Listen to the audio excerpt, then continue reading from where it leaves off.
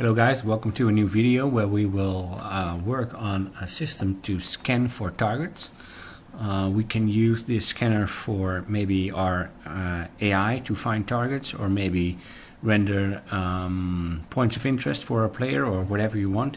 It's basically a system or a script to, well, detect whatever you want to detect, and we're going to also implement a field of view for it, so it will only detect game objects within a field of view and within a range. And of course this will be reusable. Now what I did for now is I created a game object called the scene stuff and just dropped everything in it except for the canvas and the player, just to declutter my my workspace a little bit. Okay, so let's get started with our script. In our shared folder, let's create a new script. And also, if you're new to this to my videos, this is we are building a third-person shooter, but while we're at it, we are working to make a system with scripts which you can use over for different games as well, to faster prototype or implement it in your other games. So with that said, let's create a new script and let's call this scanner. There we go. And now let's open it up. Okay, get rid of the default stuff. Okay, well, we're going to use a sphere collider, so we're going to say that we require one sphere collider, type of sphere collider. Okay, and then of course we're going to get some properties for us, for our script. Let's call this a float scan speed, and a serialized field for our field of view. Also a float field of view, and let's make a start. And in our start method, we're gonna get our maybe a range for our sphere collider. So I'm sorry, the range from a sphere collider. So we need a reference to a sphere collider. Okay, so let's get a sphere collider. Let's call this a range trigger. And in our start, we're going to say range trigger equals to get component sphere collider. Come on. There we go. Okay. Now, with that done, we're going to make a new. We're also going to create these right away. We're going to. Let's first get our generic collection here, so we can make lists. And we're going to say we're going to make a list of players. For now, we're just going to detect players in this script.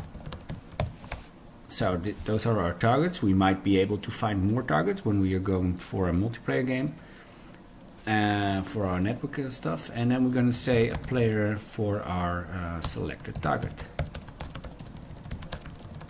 Okay. Yeah. So what we're going to do, we're going to scan for targets within our field of view in a certain speed within our field of view. And then we're going to add those targets to our targets list if they are a player. And then we're going to select a target from our script. Now, we probably will change this later to make this more generic instead of getting a player. But for now, we're just going to assign players to it. Okay, now let's first see where we are actually, what our range is in our field of view. So let's create a draw gizmos, and let's make this gizmos color maybe cyan or something, which pretty much stands out. Now we say if selected target not equals null, we're gonna draw a line to our target. So we're going to draw a line which takes in the vector from and vector to. So the from is our own position, and we're going to say our selected target transform position. So when we got a target, we're going to draw a line in the inspector to it. Okay. Now let's also draw our field of view so we can see it in the editor. Let's change the colors for our, maybe change it to green, because our sphere collider is green as well. It's a little bit different green, but okay. Then we're going to say gizmos, and then we say draw a line, and we're going to draw a line from our transforms position, and we're going to draw it to our angle, which we have set to in our field of view, one to the left and one to the right.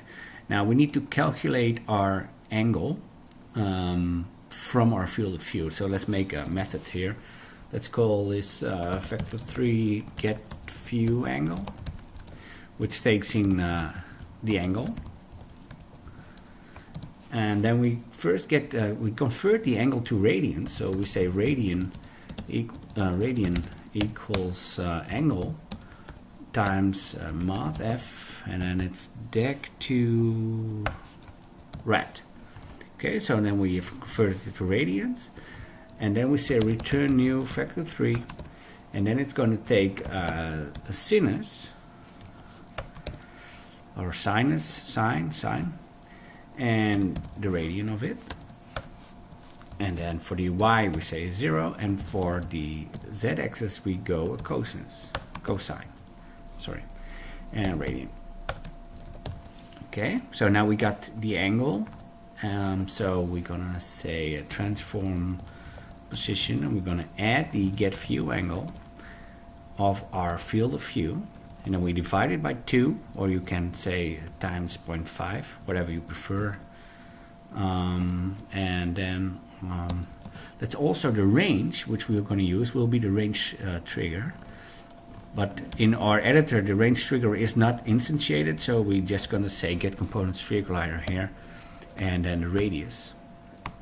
So then we draw the line in the length of the radius of our sphere collider. Now let's draw another one for our other angle, one to the left, one to the right, and then we simply say a negative field of view.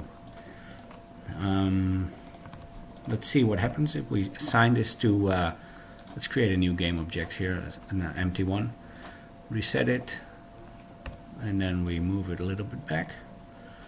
Okay, now let's assign our scanner to it. Let's call this scanner, and then we have our scanner here. Now let's first set our scan speed to maybe 1 second, and our field of view to 90. And it also added the sphere collider because of the radius, and then we're gonna increase the radius. Now you can already see the angle lines we are drawing here, which is based on the length of the radius of the sphere. Now if I'm going to decrease the field of view, we'll see it go down. So this is where our, well, whatever we're going to assign this scanner to will have this range to detect stuff here. So basically we're going to do a check here in our complete sphere if there are targets, and then we're going to check if it's within our field of view, and then we're going to add it to our target list, and then we're going to, well, get a target from this target list, and probably we're going to first do the closest one. One more thing, maybe we could clamp the field of view to a maximum. So we say range 0 to, or maybe 0 to 360. So we cannot over change the field of view too much. There we go, as you can see. Now if we rotate our game object, you see that the field of view is not changing with us. So what we're gonna need to do is we're gonna add our rotation to our gizmo here, to our method here. So it's gonna say angle, and we're gonna add the transforms Euler angles y. Now if we rotate ours, there it goes, then we'll rotate with us. Now let's increase the field of view to it's quite big here, 90. Doesn't look like 90 degrees. Let's see what's going on. I mean, it should be. Am I forgetting something here? Oh yeah, probably we're gonna have to add these between them, I think. There we go. Now you can see it's when we are right on top of the scanner game object, it will be exactly 90 degrees. So that's quite important to surround this when adding it before you make the calculation, of course. So now let's put it at 90.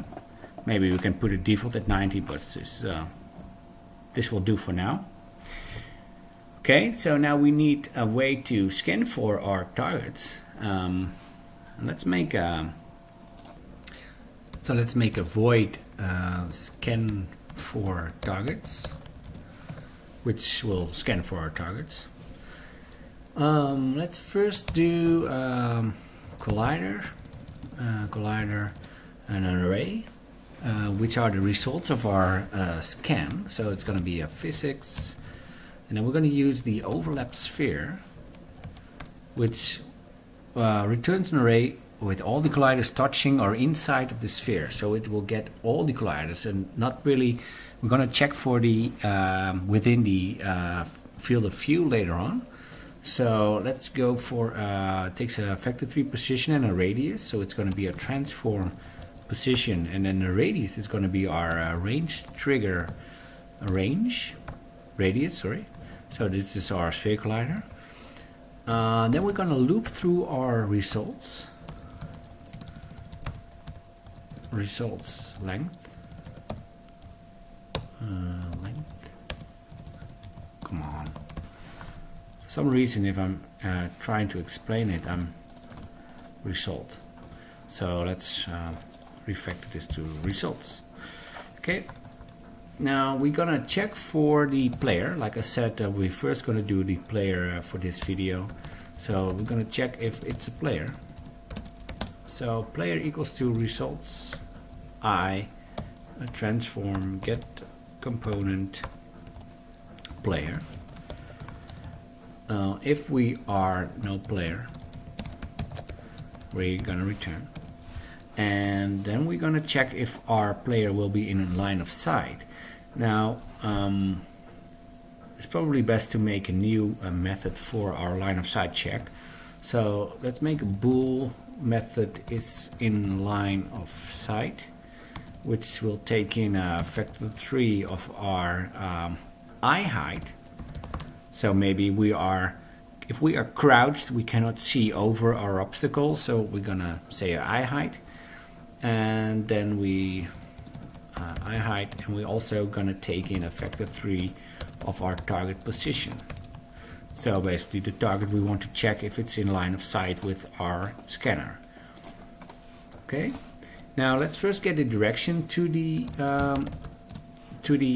target position. So it's basically a target position direction equals to target position minus the transforms position. This gets a direction to the target, and then we're gonna check if it's within our angle view. Now to check this, we're gonna say if factor 3 angle, which takes in a vector from and a vector 2, then we're gonna say our transforms forward, and we're going to take the direction and we're going to normalize it. So we're going to get the angle between these direction forward and the direction normalized, and then we're going to check if that is less than our field of view divided by 2. Okay, so if that's the case, it's within our within our angle, our field of view angle. So then we're going to check if there's anything between us and the target position. So maybe something is blocking our view. So we need to check that out as well. So let's go for the float distance to our target. This equals to a factor 3 distance which takes in two factors, the transformed position and our target position. Okay, so this gives us the distance, and then we're gonna create an array to this distance in the direction of our player, and then we're gonna check if there's anything between us by checking a layer mask. So I'm gonna say if physics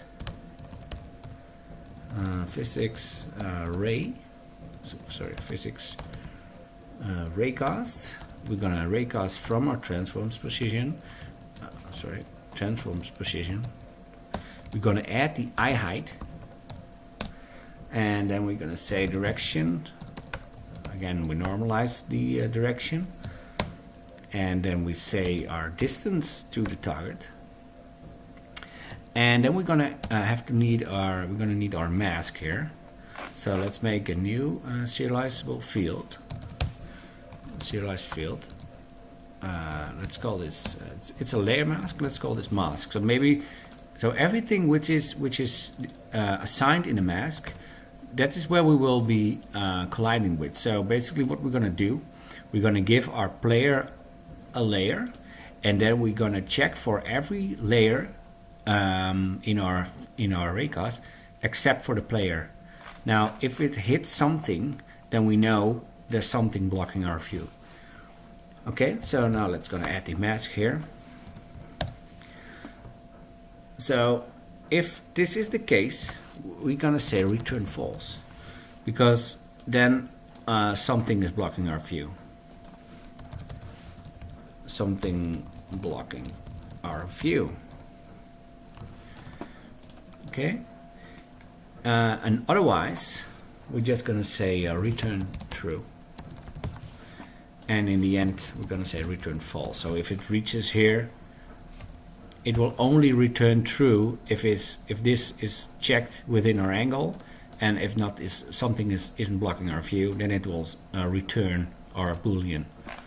Okay, so let's go back to our scan for targets method, and then we're gonna say if not is in line of sight, and then from our factor 3 up, which is like 1 meter up, and then we say to our player transform position return. Sorry, this shouldn't be return, this should be continue. Here too, because we are looping through our results. Now if we use the continue keyword, it will skip what's beneath it and will move on to the next in the iteration. So we're going to continue if it's not a player, we're going to continue if it's not in line of sight, or else we're going to say targets at our player or a player. Now also what we need to do, our targets list is will be null when we run it. So in our start method we're gonna say targets equals to a new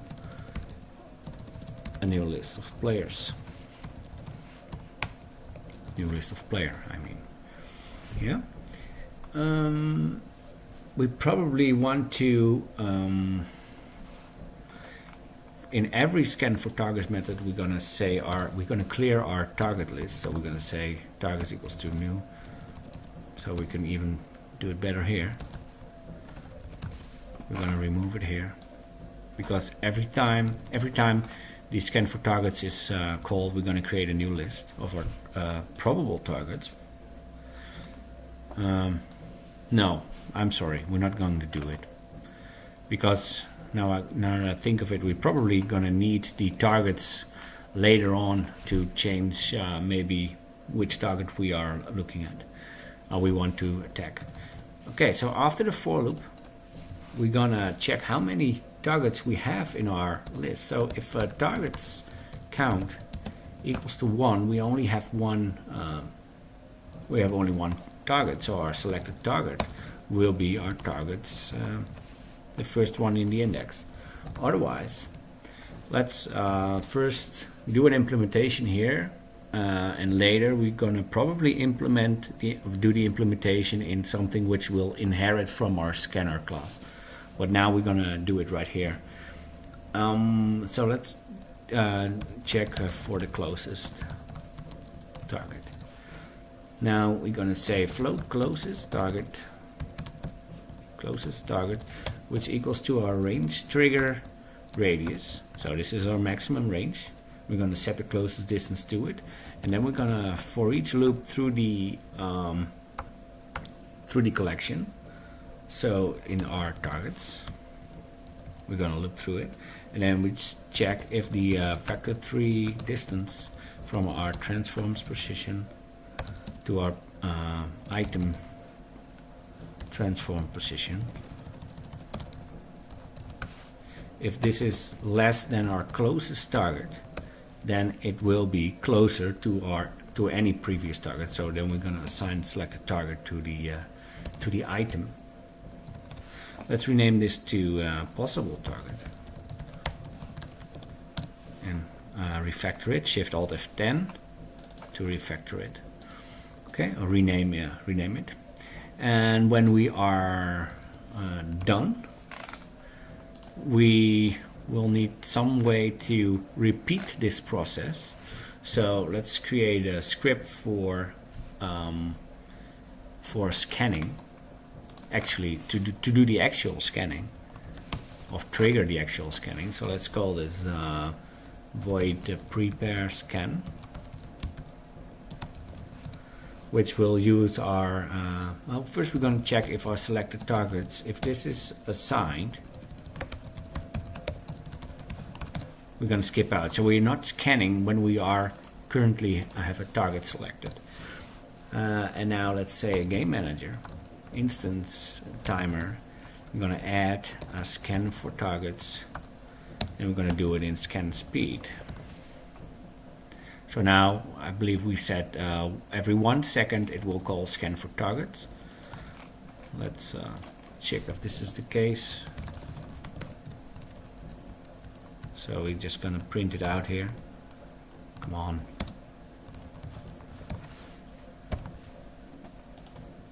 Yeah. Let's go here. Now with the let's move this a little bit back so it's outside of our sphere. Hit play, see if we've got anything. Maybe it's let's move the game window here so we get the scene view here. Okay, where's my mouse? Here it is. Now let's move in our, let's check our scanner first. I don't see it. I don't see anything going on. We haven't assigned the let me check here. Yeah, let's do the we need to call it for the first time from our start, and we haven't assigned the mask. So like I said, we're gonna go to the player, we're gonna create a new layer. Let's call this player, and now don't forget to select it. Let's don't do the children, just only this object. And then on our scanner, like I said, we're gonna say that if it collides with anything except for our player. So let's hit everything and then uncheck player by clicking it. So now it will have all the layers assigned except for the player. I'm gonna undo my lock mouse because it constantly locks up my mouse.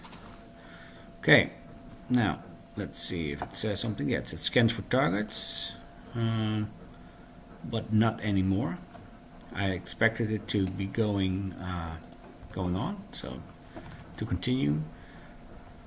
So in our scan for targets, let's check here. Did it say scan for targets? Yeah.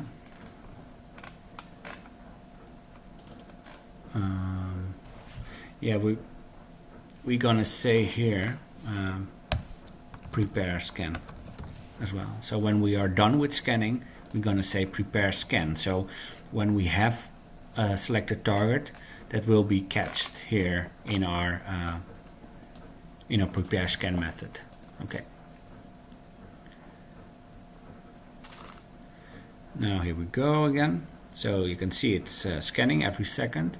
And now let's move this forward. There we go.